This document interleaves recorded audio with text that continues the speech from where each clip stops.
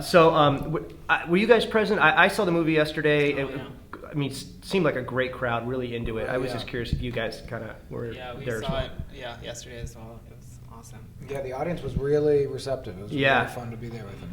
Yeah, it seems like the folks in Austin get the jokes. Yeah, totally. Yeah. This is also a movie though that I think plays well with an audience. I think this will be one thing, when it's on cable or what have you, but I think this is one you want to see in the theater. Yeah. It's part of the fun. Yeah, exactly. Yeah. I'm curious. If you gotta find tickets, you just go to Fandango to get the tickets. Look, Safety Not Guaranteed is the kind of movie you want to see in the theater, and you want to buy your tickets from Fandango.com. Yeah, no one buys tickets in person anymore. There's just no point. Why do you want to wait in line? Yeah, you need to just do it on your iPhone. Yeah, it's so easy. I do it every day with all celebrities. All celebrities do Fandango.com, and sports athletes, and musicians, and politicians. Everybody, just like you at home. You can Fandango.com. Do we got that? That's a cut? Okay, good. Thank you very much, everybody. Check the gate. And what the hell is Fandango? Never heard of this. You know what? If somebody were to read the title, Safety Not Guaranteed, they wouldn't necessarily know what the movie's about. So how would you guys describe this film?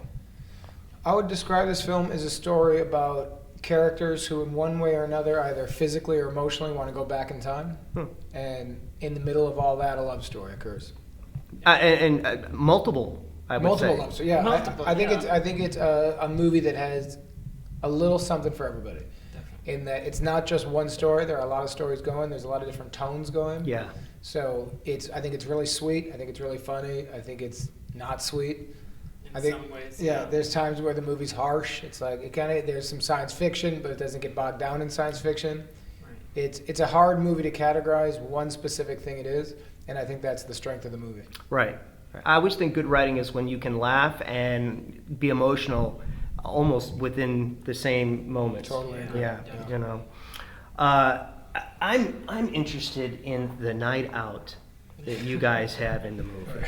Right. Because any time that I see bumper cars and go-karts, nothing good is going to happen. When you see bumper cars and go-karts and a man in his 30s, that's a recipe for a disaster. Drinking a bottle of Jack. Yeah, look, if it was a bunch of 11-year-olds, you'd be like, that's a recipe for a fun birthday party. That's right. When you see adults, this is trouble. Yeah. We had a lot of fun shooting that sequence. Colin just let us go. I'm curious. We did it for a couple of hours, and we improvised a lot. Yeah. I mean, a lot of it was just really fun, and it was really cold, and the three people that we had with us were really on board to do it. It was just a lot of weird stuff with them. We got to just go for it. And Colin, as a director, to his credit, just really opened it up. On page, it was a quarter of a page. Yeah, it was a very small thing, but I feel in the movie it plays as this moment and that people remember, which is really cool. Was there ever a moment where you said, Colin, wouldn't this played better in a warmer climate where it's raining all the time? All 4 weeks, I kept saying. It really rained a lot in Seattle. Yeah. Obviously it's Seattle. Yeah, but right. It was a very stupid thing that kept occurring in my head was every once in a while I'd be like, I get it. I've heard this forever about Seattle, and it's true. But stop raining! Stop it! Yeah, you'd be like, I get it. It's I've cool. I've experienced it, and I don't want to do it anymore. Enough. Yeah, the rainy season's 11 and a half months out of the year. It just rains. Yeah. It would just kind of drizzle all the time. Just all the time. Yeah. Even when in the movie it looks like it was a sunny day, it was drizzling.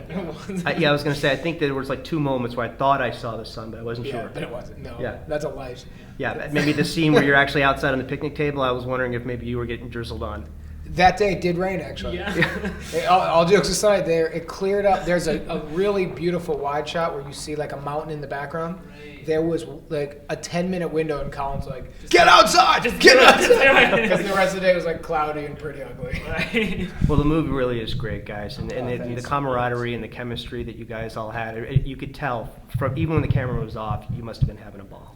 Yeah, we really did. We had a good time shooting this one. It's awesome that people are saying that the chemistry is good because it was fun to make it. So it's cool that it translates. Now we just got to get some people in the seats to see it. But how do you get people? What is this? Well, there is a way that you can do it. But how? That's the thing. What's that say? Fandango.com. Yeah. What is Fandango? I'm a little bit older. What do you guys? Do you guys use Fandango? Oh yeah, all the time. I don't know the last time I saw a movie not using Fandango. I'm a Premier member. You're a 23-year-old guy? Yes, and I have friends 18 and younger. 18 and That's a 20. weird comment. And that has nothing to do with what I'm talking about, you creepo. It's a demographic. Yeah. I have friends that are 18 and younger. Cool. Grow up, you weirdo. Hang out with guys your own age. Get me a go-kart, get me out of here. What's interesting is this banter back and forth that the cameras aren't on anymore, and, That's right. and it's still going on from the film. We haven't stopped. Yeah.